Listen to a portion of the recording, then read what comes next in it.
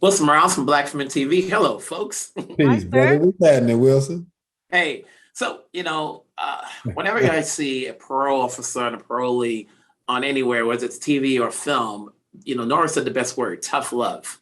And that's what we get from Rob, your character, to Mhm. Sandra's character.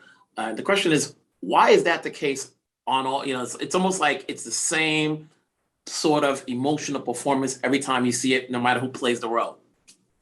Well, that role of the PO is very fine line. It's sort of like the role of a therapist, where you really have to be sensitive to the idea that you could possibly trigger your client and have them do something that would have them wind up back in prison. It's a lot at stake. It is a way that you give tough love, but yet guide them in a way that their reintroduction back into society isn't too comfortable to the point that they may be lax or may do some things that wouldn't benefit their opportunities of maximizing their second chance.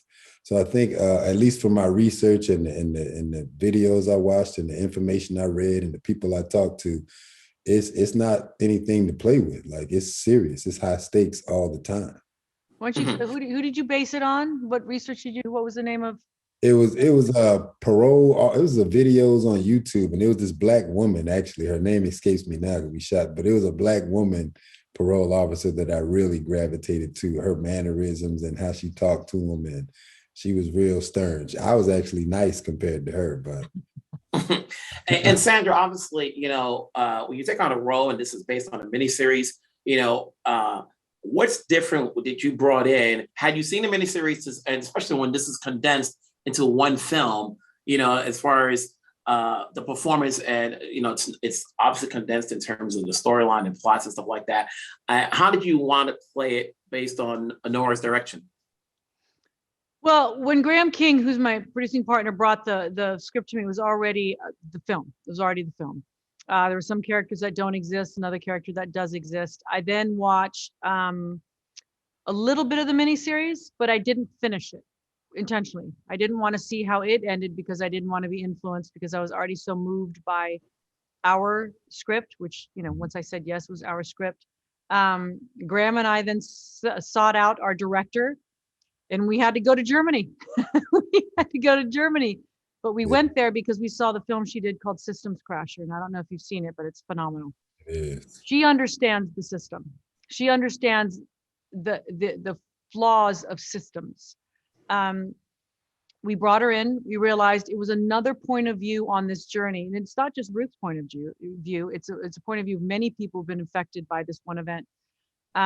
Yeah, it was a mini series, but we're not in England. It's our own story, so it's influenced by it story wise, but the execution was its own entity, given that it's a very American version. I don't know how theirs ended. Maybe it ended the same way, but the American influence is, I would think, is very different from what the European miniseries was. And the miniseries had, like, I think it was three episodes, 4 episodes to execute. We have under 2 hours.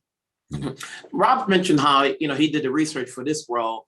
For you, you've played so many characters and roles. Do you take more stock into the roles you play, as opposed to just, okay, it's a film, it's a script, done, what's next? Or do you follow up in terms of the life of someone coming out of jail, just to get more insight into that?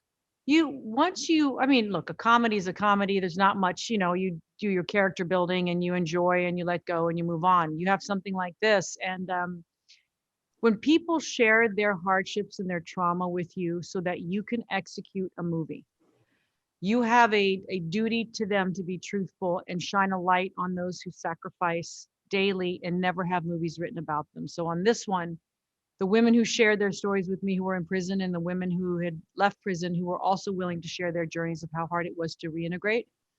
Um, I felt like I was carrying their stories, and if I didn't do it authentically, then they gave away their story to the wrong person. My daughter came from foster care, so I was very familiar with a certain aspect of a system for years and years and years that was broken to some degree. that had me sort of delve into that world to see if how I can be of contribution to fix and help.